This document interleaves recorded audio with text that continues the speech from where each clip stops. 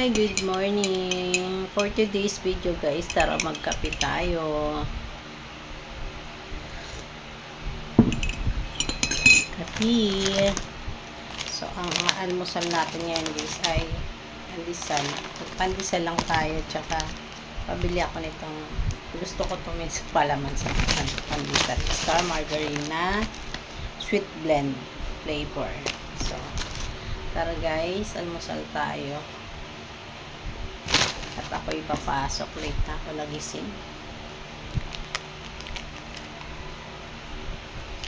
Tayo mag-almusal. So, ayan.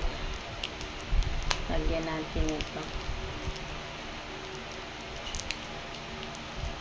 Minsan nga dati yung ganito, kasi dati sa amin nun, wala pa akong sawang, bata pa.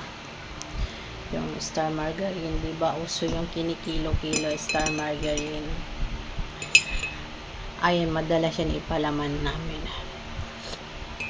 So, masarap siya. Lagyan mo siya ng asukal, tapos bigyan mo siya ng konting kalamansi, haluin mo.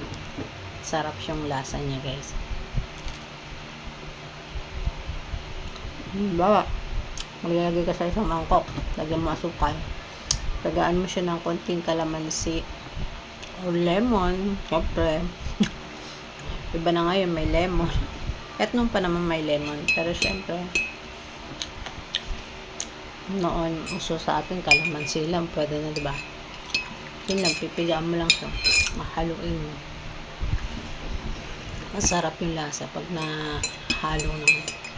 So, yun yung pampalaman sa tinapay, na pandesal, or sa monay. Diba?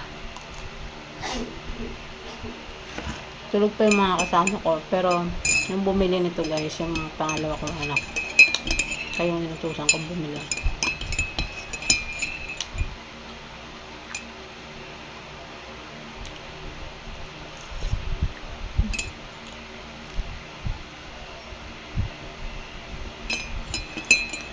Tara guys, kape na tayo.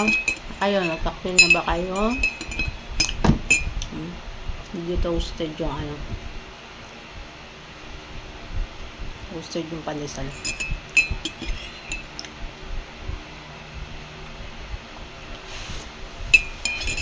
Pero ako mas gusto ko yung, ayoko nung medyo toasted. Gusto ko yung malambot lang. Pero wala na nga daw, konti lang yung nabili. Kaya sabi ko bumili na lang siya sa kabila. Kaya blesyo ko ulit kasi kulang to. Kunti lang napili niya, ilang peraso lang. Ubus na daw.